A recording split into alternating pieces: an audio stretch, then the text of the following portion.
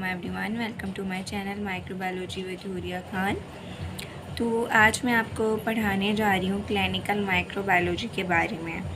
तो इससे पहले जितने भी मैंने आपको लेक्चर्स मेरी चैनल पे अपलोडेड हैं वो सारे के सारे क्लिनिकल माइक्रोबायोलॉजी सिंपली हैं, लेकिन अभी जो मैंने ये सीरीज़ स्टार्ट की है ये है एडवांस क्लिनिकल माइक्रोबायोलॉजी, जिसमें मैं आपको बताऊंगी आपका एज आ क्लिनिकल माइक्रोबायोलॉजिस्ट क्या रोल बनता है या क्लिनिकल माइक्रोबायोलॉजी होती क्या है। तो चलें स्टार्ट करते हैं अपनी वीडियो को।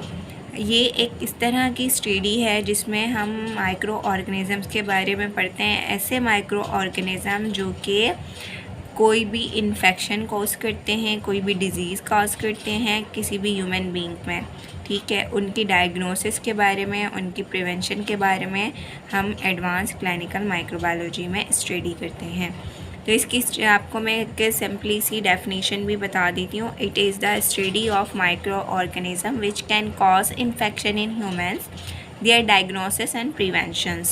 Because the focus is on human diseases, this subject is often studied by the source of the specimen from the body, particular location, type of fluid or specific body tissue. तो ये हम क्या करते हैं, इनके लिए different जगहों से हम सैम्पलिंग करते हैं जो हमें नीड होता है अकॉर्डिंग टू डिज़ीज़ और इन्फेक्शन के पेशेंट को किस तरह का इन्फेक्शन है, किस तरह की डिज़ीज़ है, उसके अकॉर्डिंग हम क्लिनिकल सैंपल उसका या स्पेसिमेन कलेक्ट करते हैं उसी लोकेशन से। Clinical microbiologist should be able to differentiate between normal micro organism expected in a specimen and those causing in infected disease, क्योंकि ऐसे बहुत से माइक्रो ऑर्गेनिज़म्स हैं जो हमारी बॉडी में नॉर्मल फ्लोरा में रहते हैं। जिस तरह से इकोलाई हमारी इंटेस्टाइन में रहता है एज अ नॉर्मल फ्लोरा और डाइजेशन में हेल्प करवाता है, तो इसी तरह से number of micro organisms are live in their skin. Skin में भी बहुत सारे माइक्रो ऑर्गेनिज़म रहते हैं, जैसे कि स्टेफ एपिडर्माइटस, ये भी जो है हमारी स्किन में नॉर्मल फ्लोरा में रहता है, तो उसको हम इन्फेक्टियस काउंट नहीं करेंगे। ठीक है, आगे चलते हैं।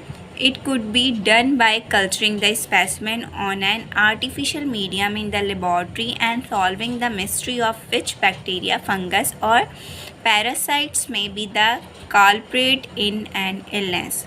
तो हम क्या करेंगे, इट कुड बी कि हम उसको कल्चरिंग कर रहे हैं उस स्पेसिमेन को, या फिर हम आर्टिफिशियल मीडिया में उसको लेबॉर्ट्री के अंदर ग्रो करवा रहे हैं। अब वो जो है कोई बैक्टीरिया भी हो सकता है, फंगस भी हो सकता है या पैरासाइट भी हो सकता है। Following culture, the suspect organism is further tested by various manual or automatic methods to determine exactly what species it is, what antibiotics can be used to treat it. तो जो बेसिकली क्लिनिकल माइक्रोबायोलॉजी में काम होता है वो clinical microbiologist क्या करते हैं, वो सबसे पहले तो देखते हैं कि जो माइक्रो ऑर्गेनिज़म डिज़ीज़ कोज कर रहा है वो कौन सा है। ठीक है, उसकी कल्चरिंग करते हैं और देखते हैं कि कौन सी एंटीबायोटिक्स उसके ख़िलाफ़ हम उसको ट्रीटमेंट करवा सकते हैं किसी भी पेशेंट के अंदर।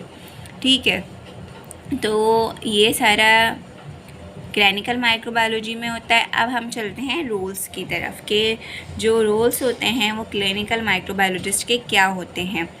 Recommend methods for collecting and transporting clinical specimen that would be most helpful in diagnosing infectious diseases.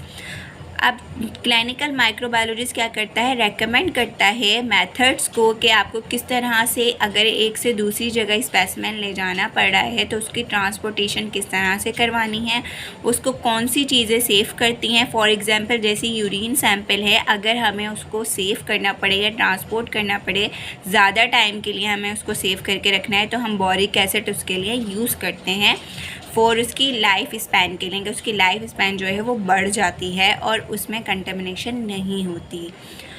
इसी तरह से ये क्लिनिकल माइक्रोबायोलॉजिस्ट का रोल होता है कि किस तरह से सैंपल को सेव करना है और ट्रांसपोर्ट करना है।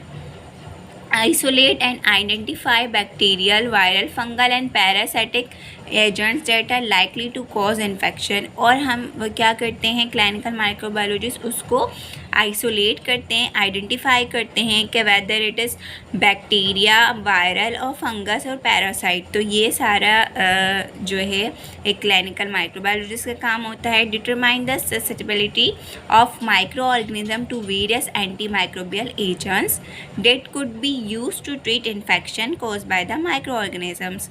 इट्स मीन के वो क्या करते हैं, वो डिटरमाइन करते हैं कि जो माइक्रो ऑर्गेनिज़म हैं वो किस तरह से हम उसके लिए एंटी माइक्रोबियल एजेंट जो है वो यूज़ कर सकते हैं उसके ही थ्रू, क्योंकि बहुत सारे ऐसे माइक्रो ऑर्गेनिज़म्स भी हैं जो कि जिनसे हम एंटीबायोटिक्स भी तैयार करते हैं उनके एंजाइम्स के थ्रू। तो इसी तरह से कुछ ऐसे भी माइक्रो ऑर्गेनिज़म्स होते हैं जो कि हमारी बॉडी के लिए बेनिफिशियल होते हैं। आई ऑलरेडी टोल्ड यू कि वो नॉर्मल फ्लोरा में हमारी बॉडी के ऊपर और अंदर दोनों जगह जो है वो रहते हैं, लेकिन ब्लड में कोई भी माइक्रो ऑर्गेनिज़म नॉर्मल फ्लोरा में नहीं रहता। और अगर ब्लड में कोई माइक्रो ऑर्गेनिज़म पाया जाएगा इट्स मीन वो हमारे लिए इन्फेक्टियस हो सकता है, वो हमारा नॉर्मल फ्लोरा नहीं कहेंगे हम उसको। Report results in a clear, concise and clinical relevant manner. और एक क्लिनिकल माइक्रोबायोलॉजिस्ट का काम क्या होता है कि वो जो भी रिपोर्ट कर रहा है वो क्लियरली करे, मतलब कि उसमें कोई जो है वो किसी डिफ्रेंशिएट करने की या फिर किसी भी कन्फ्यूजन की नहीं गुंजाइश हो, और वो क्लिनिकली रेलिवेंट मैनर में हो। मींस के एक प्रॉपर जो है वो सीक्वेंस में जो है कोई भी रिज़ल्ट वो रिपोर्ट करेगा क्लिनिकल माइक्रोबायोलॉजिस्ट। अब हमारे जितने भी लेबॉर्ट्रीज़ में टेक्नीशियंस काम कर रहे होते हैं तो वो क्लिनिकल माइक्रोबायोलॉजिस्ट का काम नहीं होता, उसका ये काम होता है कि उनको वो जो है क्या करे, उनको मैनेज करे और उनको बताए कि किस तरह से उसको सेफ्टी प्रिकॉशंस को हैंडल करना है, उसको किस तरह से जो है अपनी सेफ्टी करनी है, अपनी खुद की भी और जो बाहर से लोग आ रहे हैं उनकी भी, और स्पेसिमेंट्स को कैसे सेव करना है, कैसे कलेक्ट करना है, कैसे उसको हैंडलिंग करनी है उसकी, और उसको नए नए मेथड्स बताना, हर एक प्रोसेस के वो सारे मेथड्स बताना, ये सारा काम क्लिनिकल माइक्रोबायोलॉजिस्ट का होता है। टेक्नीशियंस को काम करवाना, ठीक है, उनके अंडर वो काम नहीं करता बल्कि टेक्नीशियंस माइक्रोबायोलॉजिस्ट के अंडर काम करते हैं। Works with health care terms to improve processes to diagnose and control infectious disease. और उसका ये भी काम होता है कि वो जितने भी हेल्थ केयर इक्विपमेंट्स हैं और जितनी भी इसकी नॉलेज है उसके हिसाब से वो अच्छी से अच्छी प्रोसेसेस के थ्रू जो है वो डायग्नोसिस करवाए और इन्फेक्टियस डिजीज़ को कंट्रोल करवाए। अब ये हमारे कुछ हैज़र्ड्स हैं जो कि हमारी लेबॉर्ट्री को ख़राब कर सकते हैं। Hazards can be living organism, कोई भी रेड भी हो सकता है, उसमें कोई माइक्रो ऑर्गेनिज़म भी हो सकता है, कोई वे ऑफ वर्किंग भी हो सकता है। जैसे कि इस लेडी को अगर आपको मैं थोड़ा सा क्लियर करके दिखाती हूँ तो ये देखें लेडी जिस तरह से काम कर रही है तो सारा मैस फैला हुआ है, ठीक है। यहाँ पे उसने डस्टर रखा हुआ है, दूसरी जगह से वो पिपेट सही तरीके से नहीं उठा रही है, तो ये भी आपके लिए हार्मफुल हो सकता है, the way of working.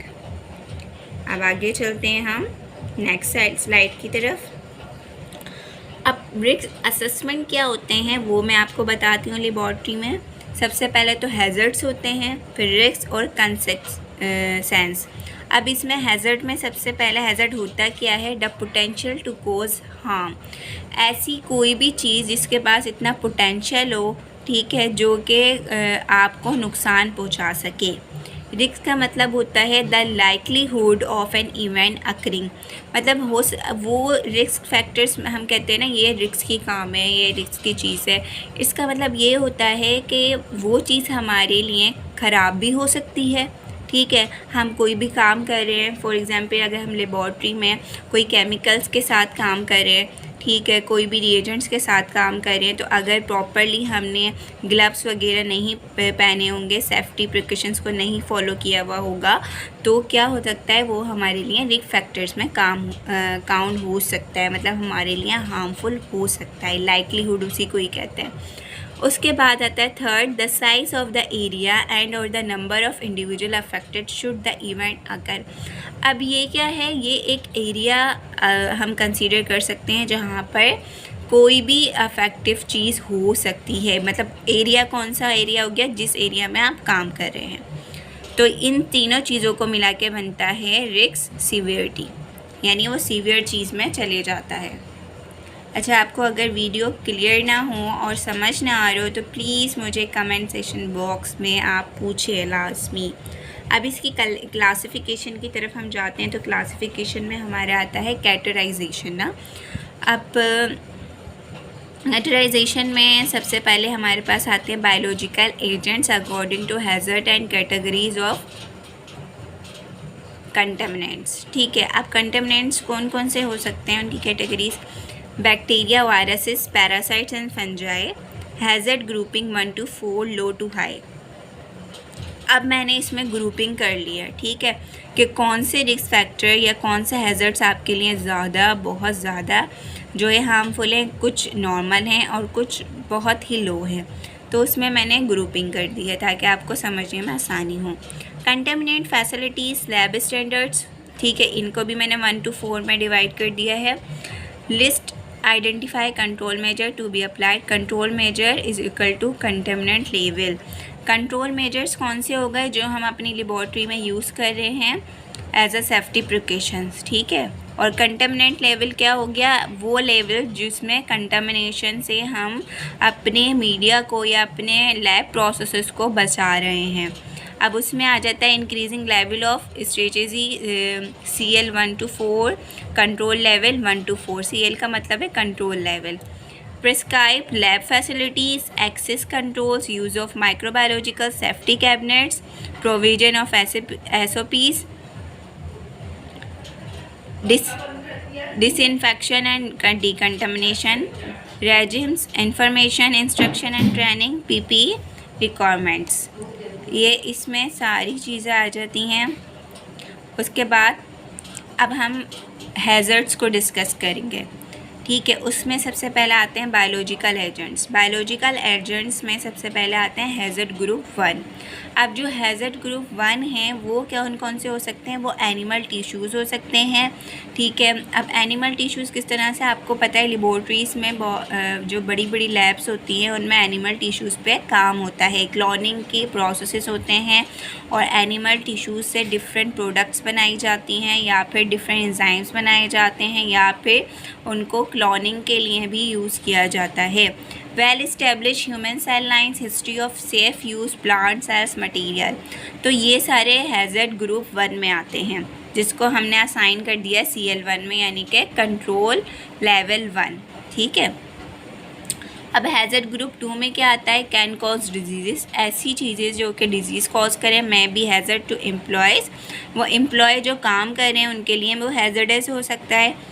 Unlikely to spread to community, community के लिए भी हैज़र्ड हो सकता है। प्रिवेंशन और ट्रीटमेंट अवेलेबल, जैसे कि बैसिलस हो गया, क्लोस्ट्रीडियम हो गया, कंपाइलोबैक्टर हो गया, most wild type E coli, most likely हर जगह ज़्यादातर इकोलाई ही पाए जाते हैं, तो E coli most likely. Pseudomonas aeruginosa, proteus vulgaris, staph aureus, human tissues and primary cell culture, all are included in hazard group 2। अब ये हमने असाइन कर दिया, ये जो है CL 2 के चीज़ें हैं, जितनी भी चीज़ें हैं सब CL 2 में आ रही हैं, ठीक है। थोड़ा फोकस इसमें करते हैं हम।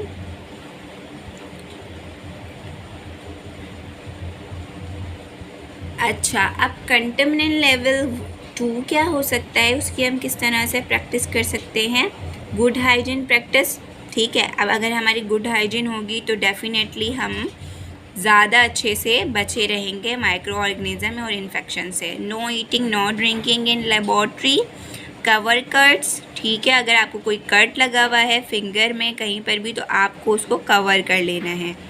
और मिनिमाइज एरोसोल्स, मतलब कि एयर की ज़्यादा वहाँ पर एंट्री ना हो, आपका जो लैब है वो चारों तरफ से कवर्ड हो। Avoidance of sharp glasses, prevention contaminants of spills, disinfection and waste disposal procedure.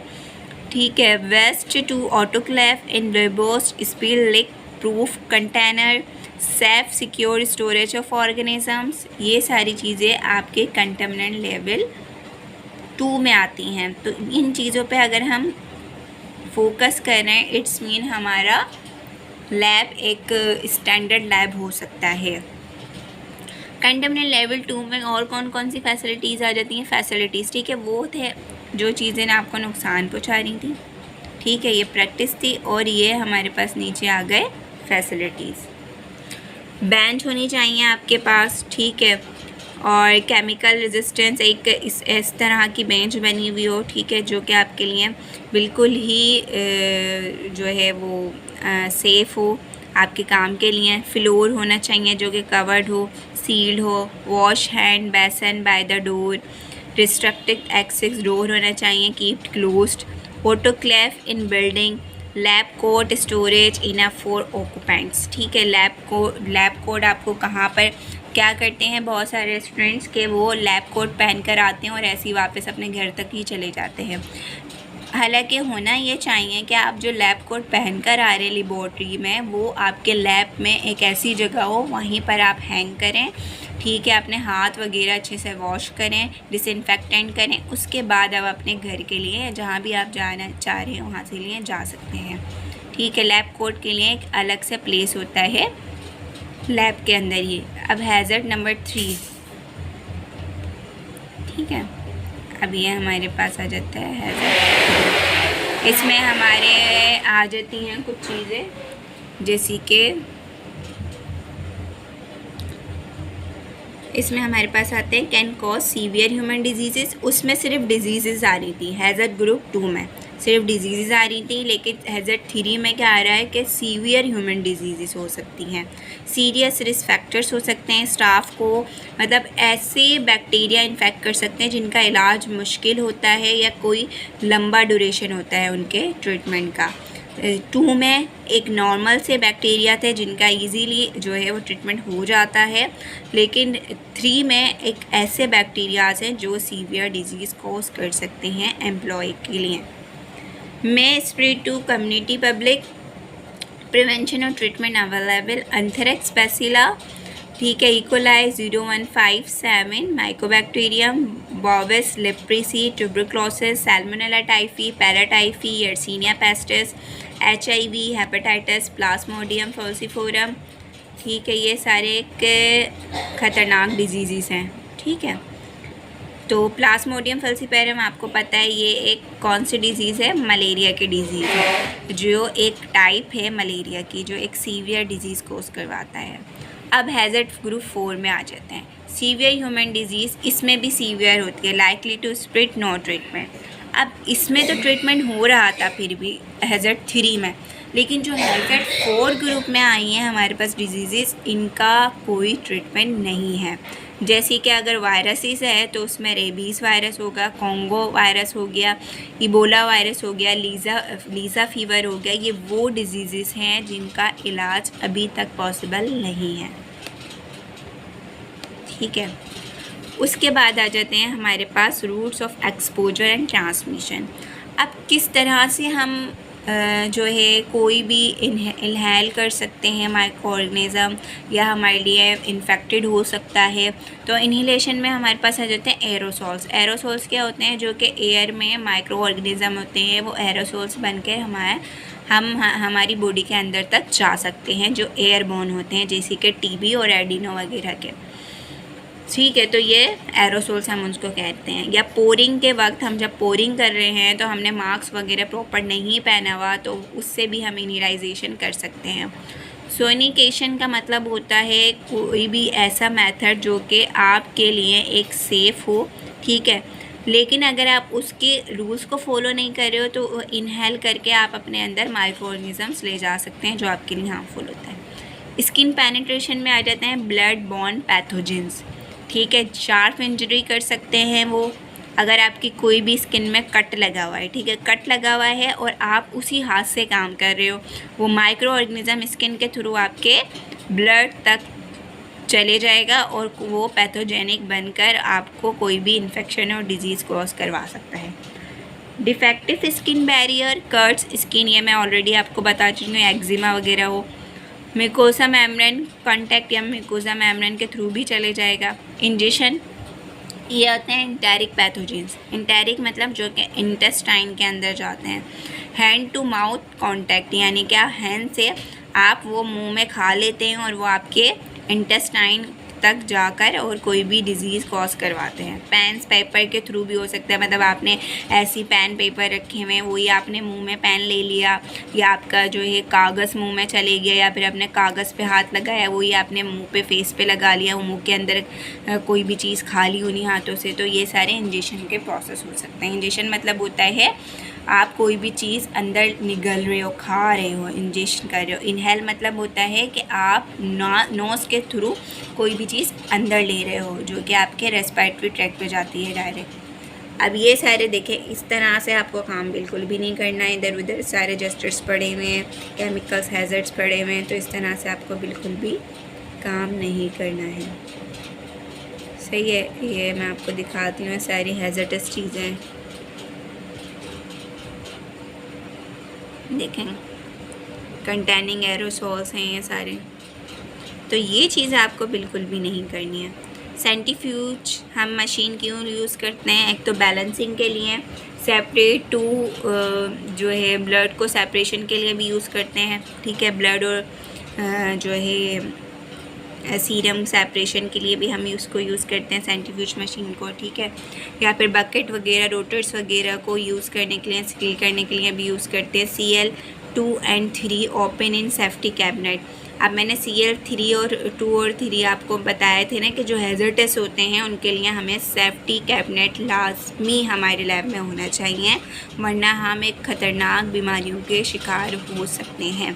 Clean and disinfect centrifuge and rotor after use, ये सारे हो गए। अब सेफ्टी स्टोरेज हमारा क्या होगा, हमें सैंपल को लेबल करना है, क्लियरली लेबल करना है, बायो हैज़र्ड साइन वगैरह उस पर बनाने हैं, अगर है वो हैज़र्डस है तो वो साइन बनाने, ताकि कोई भी उसको ऐसे हाथ ना लगाए, प्रॉपर सेफ्टी के बिना। सिक्योर करना है, मतलब रैक्स या ट्रे वगैरह में रखने हैं और बेंच से दूर रखने हैं, ऐसी जगह से जहाँ आप बैठो, जो आपका सीटियाँ अरेंजमेंट हो वहाँ से दूर रखने हैं आपको उस एरिया से, ठीक है।